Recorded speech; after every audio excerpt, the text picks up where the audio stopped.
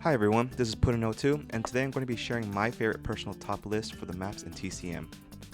I initially went into the making of this video thinking about making a tier list for the maps, but I'm not sure how you can make a tier list for these maps.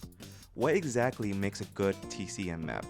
Not only that, but I'm sure you're bound to receive different responses from family and victim mains. So I decided to keep things simple and just share my thoughts and opinions on each of the maps. I'll be ranking these maps from least favorite to favorite as a TCM player who plays victim around 60 to 70% of the time. One thing I want to mention right off the bat is that for a low budget game, TCM has some very well detailed levels. These levels look stunning under the right lighting, and I would go as far as to say that they look photorealistic in certain areas. The exterior of the family house comes to mind. With that being said, here's a list of my top favorite stages in TCM. Number 6, Graveyard. Alright, so I don't think anyone is shocked I picked Graveyard as my least favorite map. I have heard from many players, on Reddit in particular, that this is the worst map in the game, and I have to agree. The huge glaring reason for this is the horrible stage layout. The Graveyard is very maze-like and needlessly so. There are so many unnecessary gaps and crawl spaces that it ruins the flow of the stage. It feels like the developers of this game had a good map going and some higher up decided that the map would be more interesting and strategic by adding various gaps here and there, but it doesn't. The basement is also extremely confusing, but that's alright. I think having the basement be maze-like is fine because that's how it should be. The developers want players to slowly work their way out of the basement in TCM, but players have gotten so good at the game that they've conditioned themselves to rush out of the basement in every match. This type of behavior can and has backfired on many victim players as that witnessed many games end early due to family players entering basement early on.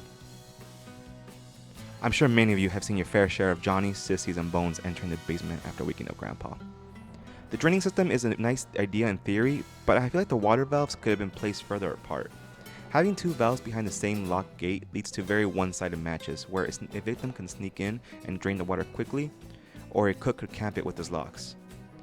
This essentially leads to players only having access to two gates because the other two west of the church don't have anything going for it if the water isn't drained. This is the least beginner-friendly map as victims need to coordinate to win. It's not an option here. All exits are spread far apart and there's no exit in which you can just unlock your way out through doors. You need to work on objectives. The wells are a pain to find, at least at first, but that's a problem that disappears with time. Having said this, I don't think it's a favorite for many family players because there's so much patrolling and the excessive amount of gaps makes it a pain for half the family roster. Number 5, Nancy's House. Graveyard is the only map I dislike, so my views on the maps from here on out are more positive. Nancy's House has a unique look as it's the only stage in the game where the exterior does not look dilapidated, for the most part at least. Yes, Johnny Shack looks in ruin and so does the basement, but the rest of the stage looks well kept and clean. I don't have much to say about this stage as I consider it very average in terms of level design. The huge backyard is nice playing ground for the players, but there is hardly any cover for victims to hide behind, so most games result in victim players hugging the edge of the map to get to their objectives. It's also a very easy game for family players to camp as one family member can camp both battery exits and the generator and even the fuse box if it spawns near the left door battery. The other family member could stand and camp out near the gate that leads to the ladder while the last family player camps the garage. Victims will have to coordinate to escape as one needs to distract in order for the other to complete objectives, which isn't necessarily a bad thing. It's not as unforgiving as Graveyard, so it's definitely more fair for beginners. I also like how the generator is a risk versus reward objective in this stage. It's accessible early on in the game unlike other stages, and can open a huge chunk of the map if the victims are successful in shutting it off. However, the generator is usually out in the open, so players have to make the risk of exposing themselves and shutting it off. This generator is a point of contention amongst many players, as some argue it's too easy for them to turn it off and can lead to a fast escape. Normally I would disagree, but with Wyatt being able to instantly shut off objectives, it can be too easy. But without Wyatt, the generator is fair. Victims make noise when shutting it off, so even if a family player happens to miss the victim sneak by, they can hear the victim kick it. Just watch out for Leland though, because he can shut the thing off very quickly. Number 4, Abandoned Mill. Abandoned Mill is a huge stage with lots of verticality. Its unique hook is that the huge mill in the center of the map has 3 floors. This creates interesting gameplay design in which one of the wells leads to the first floor, not the basement, which means victims aren't out of the woods just yet. My only gripe with the map is that there's so much unused space. There's no reason to use the pathways on top of the dam, nor is there reason to use the route near the left door battery. I played hundreds of hours on this game and I've only been chased once in the dam and never near the left door battery. I've always thought that a fuse box should have spawned in the little shelter area near the left door battery. I could understand that the developer's design in not having any objectives in the dam, since that would have left too much area to patrol. I don't know. The water pump could spawn the third floor of the mill, and that's a far run for family players to patrol. I think having it spawn in the dam area wouldn't have been much different. Maybe have a fuse or water spawn near there? I don't know. Maybe there is a fuse or a water valve spawn, but I just never noticed. If so, please let me know. One thing I want to mention about the huge stages in TCM is that even though they are huge, at the end of the day there are only 4 doors that family players have to patrol, so the victims will have to eventually make their way through those doors. There's no incentive for family players to go and run around the stage looking for victims in a huge stage like this, when they know victims will come to them. Just keep an eye on the objectives too, that's all. Whether or not this is good gameplay design is for another video, but for now, this is the game we have, so family players, which I include myself at times, will have to work within its limits. Number 3, Family House.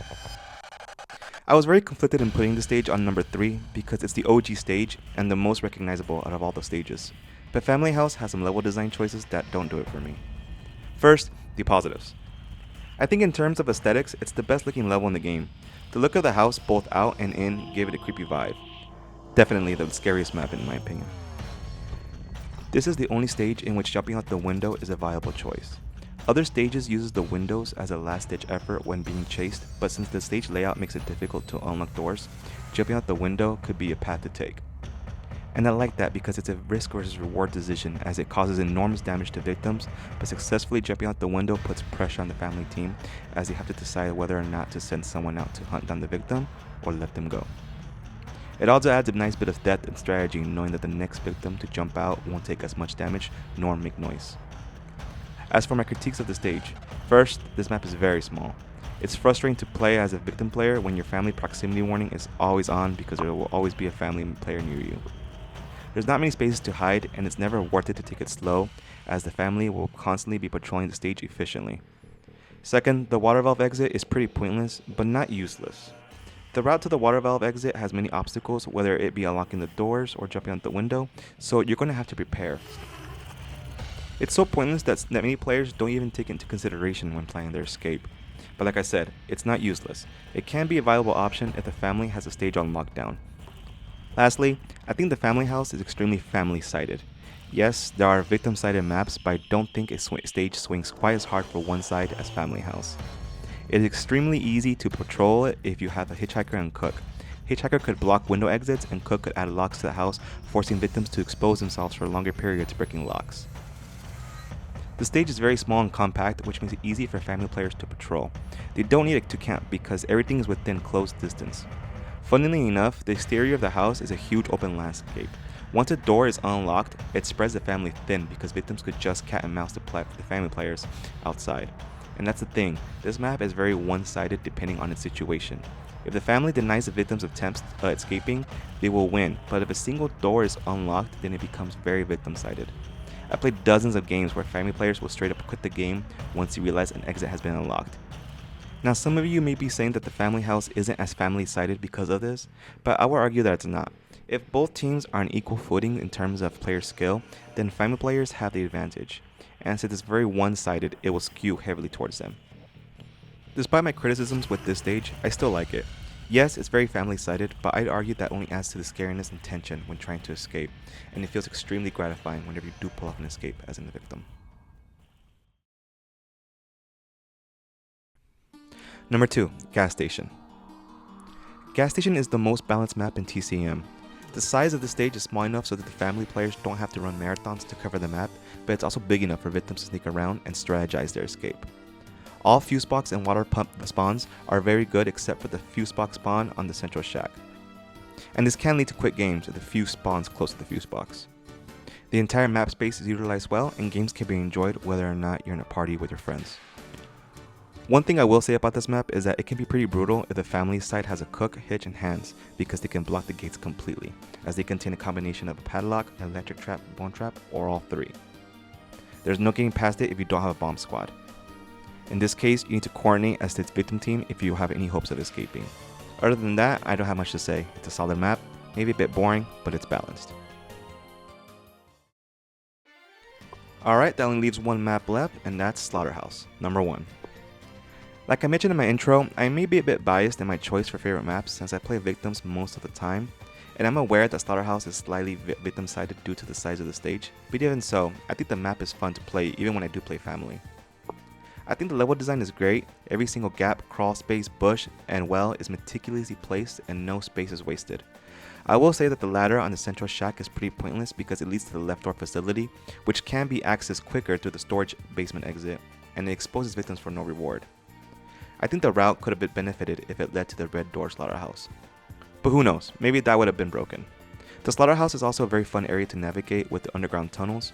Those tunnels are criminally underused by victim players. Each tunnel on the right side leads you to an exit, whether it be the slaughterhouse red door, the sliding door, or the battery exits. I think because many victims rush out of there, they usually just skip past the tunnels, but I think it's a really good option to consider when being chased. So next time consider using them when being chased, that way you can shake them off you or even sneak through. The water pumps are all in fair spots. Speaking of which, do you all remember when they were in the basement? I'm not sure what the developers were thinking when they designed the stage, but that made that map very victim-sided, as having the water pumps in the basement spread the family way too thin once that was turned on. Fuse box is interesting in that there's no way that the same victim who turns on the fuse box will make it all the way to the exit before a family player turns it off, unless they have the Saboteur perk.